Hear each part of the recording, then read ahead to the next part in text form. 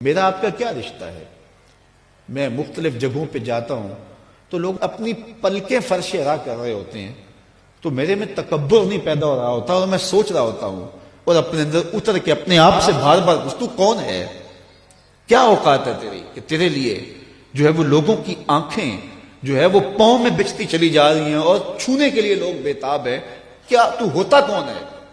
تو پھر میں یہی سوچتا ہوں، اندر سے آواز یہی آتی ہے کہ تیرے میں کچھ نہیں ہے لیکن تیرے لبوں پہ نام حضور کا ہے، تو اس نام کی وجہ سے ہمارا رشتہ ہے۔ آپ کے لیے میرے دل میں جذبات ہیں، محبت ہیں۔ میں ساری رات کا تھکا ہوا بھی صبح دوڑ کے آپ کے پاس آ گیا۔ آپ سے مجھے کوئی غرض ہے؟ آپ سے میں نے کوئی پیسے لینے ہیں؟ مجھے کیا غرض ہے آپ سے؟ کوئی ووٹ مانگنا ہے کل میں نے آپ سے؟ صرف اس لیے میں آیا ہوں کہ یہ میرے حضور کے ماننے والے ہیں، ان کو خوشی ہوگی، ان کو تسکین کو۔ ہمارے استاد ایک شعر جھوم کے پڑھا کرتے تھے کہ محمد کی وساطت سے محبت تیری میری ہے، محمد کی وساطت سے محبت تیری میری ہے، محبت اصل ہے ان کی نہ تیری ہے نہ میری ہے، محبت اصل ہے ان کی نہ تیری ہے نہ میری۔ ہزاروں قومیں وجود میں آئیں دہر میں خشک و تر کے رشتے سے، ہم نے بنیاد دوستی رکھا یاد خیر البشر کے رشتے سے۔ اس رشتے کو کمزور نہ ہونے دینا، اس کو مضبوط رکھنا۔ اور دوسری بات میں آپ سے یہ کہوں گا کہ کبھی بھی نماز میں کوتاہی نہ ہونے دینا۔ 5 گانا نماز یہ ہمارے اوپر لازم کی گئی ہے اور یہ بیماری میں بھی اس کی معافی نہیں ہے، سفر میں بھی اس کی معافی نہیں ہے۔ پانی نہیں ہے تو تیمم کر لو، کھڑے ہو کے نہیں پڑھ سکتے بیٹھ کے پڑھ لو، بیٹھ کے نہیں پڑھ سکتے لیٹ کے پڑھ لو۔ حالت جنگ کے اندر بھی اس کی معافی نہیں دی گئی۔ تو کبھی بھی نماز ترک کرنے کی غلطی نہ کرنا۔ یہ میرے حضور علیہ السلام کی آنکھوں کی ٹھنڈک وَجُعِلَتْ قُرَّةُ عَيْنِي فِي الصَّلَاةِ، اور قلب کی راحت تھی۔ جب بلال حبشی کو اذان کا حضور کہتے تو کیا ارشاد کرتے؟ سنیے لفظ ارحنا یا بلال، بلال اٹھو اور ہمارے دل کو راحت پہنچا دو، یعنی اذان پڑھو اور ہمارا دل جو ہے وہ ٹھنڈا ہو جائے، ہمارے دل کو تسکین پہنچے۔ تو 5 گانا نماز اپنی زندگی میں شامل کیجئے۔ اللہ کی رحمتیں اترتی ہی اس کے اوپر ہیں جو نمازی ہوتا ہے۔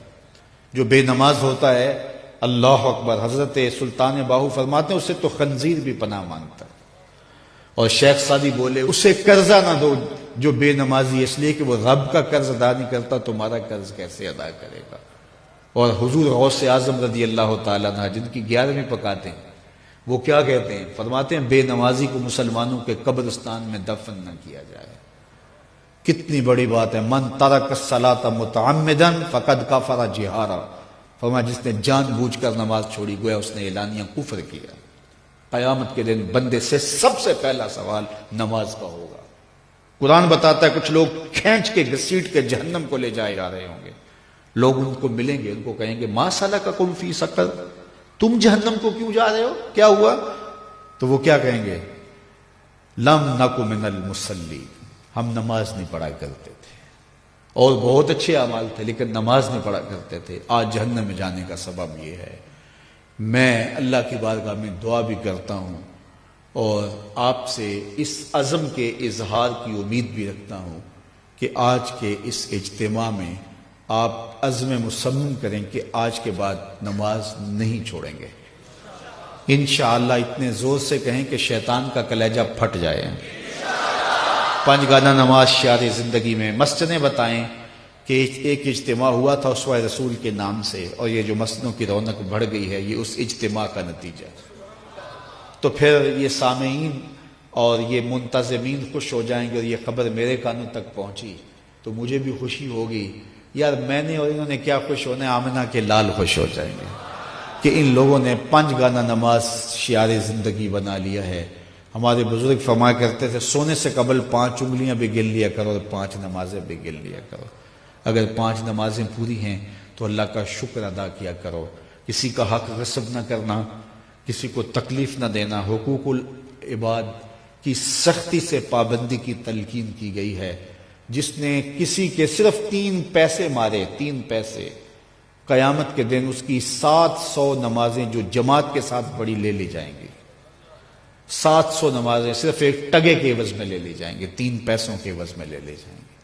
تو آپ مجھے بتائیے کہ اگر سویر سے لے کر ہم شام تک فراڈ کر رہے ہیں، دھوکہ کر رہے ہیں، لوگوں کے کلیجے چیر رہے ہیں، ہمارے جملوں کے نشتر لوگوں کے کلیجے پھاڑ رہے ہیں، تو پھر قیامت کے دن کس کس کا حساب دیں گے؟ کتنی کو نمازیں ہمارے پاس جو ہم دے کے جان چھڑائیں گے؟